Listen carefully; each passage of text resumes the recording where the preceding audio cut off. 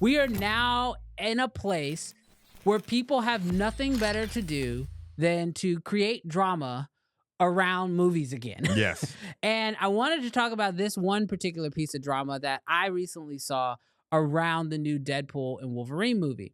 So I was excited about the movie, but trying to keep myself in a full media blackout because I like to go into the movie incredibly blind. But I couldn't help but come across this little tweet that popped up. And it was a question. And obviously this is a tweet that's like it's for filmmakers, right? Yeah. So it's for us. Yeah. And it literally just said, whatever happened to color grading? And at first, like, you know, we kind of like it came out, no one really said anything about it. But then the tweet quickly picked up. I mean, look at it. It has 9.6 million views, over 66,000 likes. And for filmmaking. Not for like a big, right. For a very niche part of filmmaking. Right. It's not just like filmmaking, but you got to like not love the film, but you got to love filmmaking. And then you got to care enough about color grading to feel like you need to make a comment on this. And this is absolutely something that I was like, wow, people really are feeling some way about this. And then I found this video where this guy literally breaks down all the drama, and he's talking about the difference between how films in like the early 2020s or the 2015 time era, how they were like, in his words, dynamic in the color grading. And you have like, you know, sort of the new Marvel style where things look more flat and, as he calls it, lifeless. And I wanted to open up the conversation to seeing how are people feeling about films and the color grading today, because I have actually seen the movie, and I'm going to show a behind the scenes photo that I found from the scene that people are actually talking about, which again, no spoilers, but you can see in the behind the scenes that, yeah, there's not a whole lot of lighting happening here. There's not going to be a whole lot of contrast. There's not a whole lot in that very white scene. Yes, there's a lot of white sand.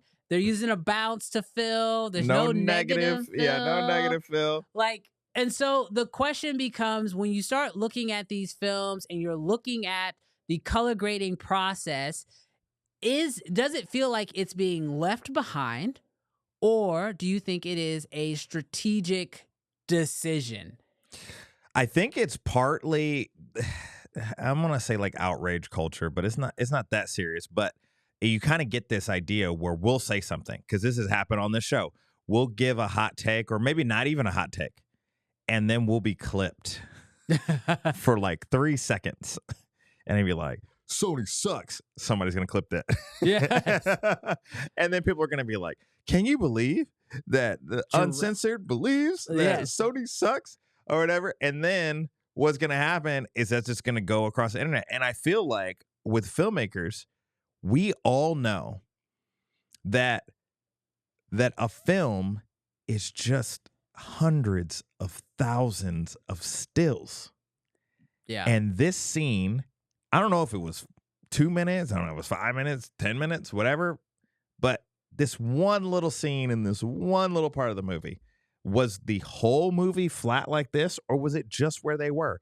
Outrage culture. Are we just taking a clip, a little slice? So that's the thing. It's like, when you look at this, you know, there's obviously like a lot of outrage when it came to this. They put these two side by side because the frames are similar. Like you can grab both of these frames from, I believe, both trailers, right? So on the right, we've got the new Deadpool Wolverine, and then on the left, we have the original Wolverine Origins trailer. And yes, you can clearly see there is a difference, whether that's in the skin tone. I mean, there's obviously more contrast on the left. Inside, outside.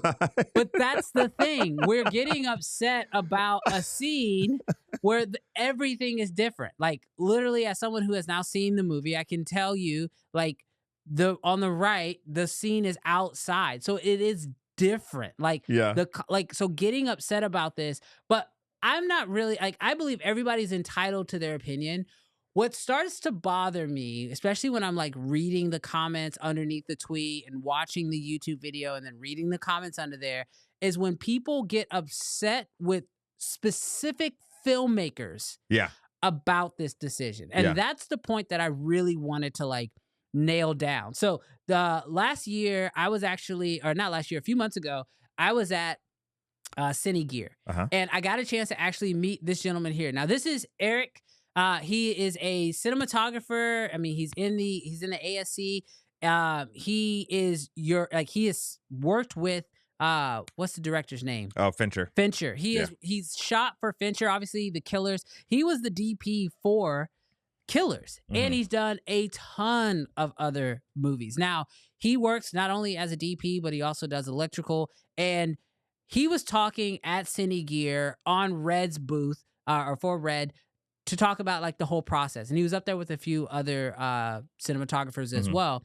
And he said something that completely changed my mindset when it came to how we think about movies, the look, the feel, everything.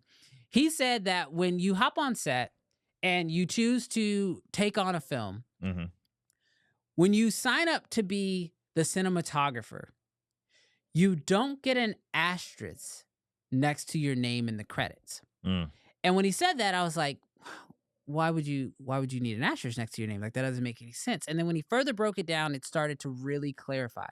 See, when you sign on to do a movie, typically it just starts with, the producers, right? And a lot of times that's a studio, but there's executive producers, different people involved. These are the people who have the money and have the money bags most to gain and or lose. Yes. Right? And then they actually go about the process of hiring writers in a lot of cases, but sometimes they buy a script that's already written. And then they have to hire a director. And then a director brings on who he wants as the cinematographer. And as the cinematographer, when you sign on, typically you have a scope of what the film's going to be, schedule, things like that. You have the script, and you have to ask yourself, what can I bring to this film from my skill set as a cinematographer that can elevate this, not only for the project itself, but for myself? And here's where the asterisk comes into play. Yeah. When you sign up to be a cinematographer for a film, you don't get the asterisk that says, I wanted to do X, but the studio made me do Y, right? Like, my vision was this color grade. And so when I lit it and I shot it with this intention. But then when I ultimately handed over the footage to the studio to then go through their color process, they got a chance to do their own thing. Now, some directors, big time directors, have where they will have control over the entire post-production process. They can have control, final say over color. Those are things that they work out and negotiate in their terms, but not all directors get that. And so when we start looking at these films and we start thinking about, okay, who is to blame for why does this film look flat, or why was it lit this way? I am totally fine with everyone having their opinions over, did you like the old color grade better? Or is there a place for this new look? Which, personally, I do tend to find myself, I like the more stylistic look because I think it adds a little bit more to what the director wants us to feel. So we lose a little bit of that when it's more flat. But I will say that when you are choosing those decisions, just know that to be oh, Marvel doesn't care, or oh, these directors don't care, or oh, that cinematographer did not do a good job on shooting X, Y, and Z. Unfortunately, those cinematographers don't get the asterisks. They don't get to say. They are one person of hundreds of people that are a part of the decision-making process. Yes. And being a part of that decision-making process, I personally think that's it's awesome to be there. And as a cinematographer, you want to be in the room so your voice can be heard. And your goal is for your creative intents to be made. But just know that there's filmmaking is such a collaborative process. Oh, yeah. And you have people from, literally, I've heard stories from cinematographers on set where they're filming something and they're like, okay, this is the look I want. And somebody from art department comes over their shoulder and they're like, I think your aperture is a little bit you know, we can't see the background. And my entire team just spent hours Yeah. building out the background for you to shoot at, you know, a T28 and we can't Yeah. see anything. Yeah. Like, unfortunately, like sometimes it's like, oh yeah, we need to see more because there's people who are like, there's so many decisions. I was watching a YouTube video of a younger DP on set, and he kind of felt like, because I'm the DP, right? I can literally just say or do what I feel like would be best for the film.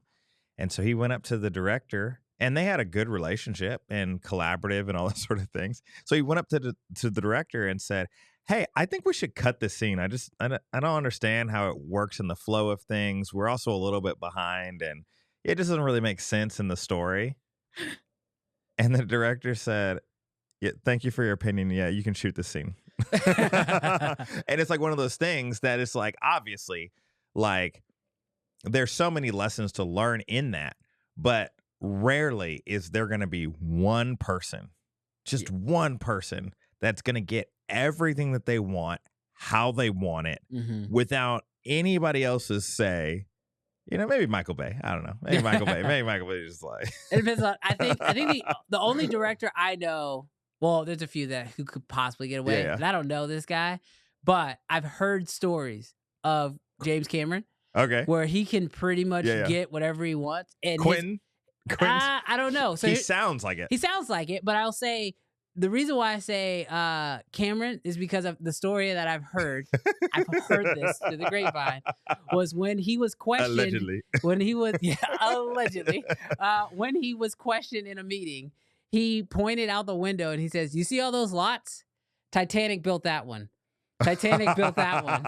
Like the first Avatar built that one. The first Avatar. So there is something to bringing the studio a lot of money, billions of dollars, where I think you get a little bit more creative control. What movie have you shot? Yeah, exactly. So, but no, I definitely think that there is. I definitely think that like as creators and as aspiring creators, keeping that in your mind as you are moving forward, because this is even something that comes in handy when you're working with clients making marketing videos, where like they hired you, they want a certain look, and sometimes as a creator, you want to do something and they're like, that's not what we need for this project. Raise your hand in the chat if a client had asked you like for something specific that you're like, oh my God, that's ugly. That's not the right location. We need to bring in lights. We don't want lights. Oh my gosh. Yes. Like if that hasn't happened to you yet, then you're blessed, or you haven't had a ton of clients yet, because it will happen to you. Yes, it absolutely happens. So just remember that filmmaking is a collaborative process. And when you see something from somebody else's work and you don't necessarily like it or agree with it for that matter, just know that they maybe didn't have, or the person you think maybe didn't have the full say.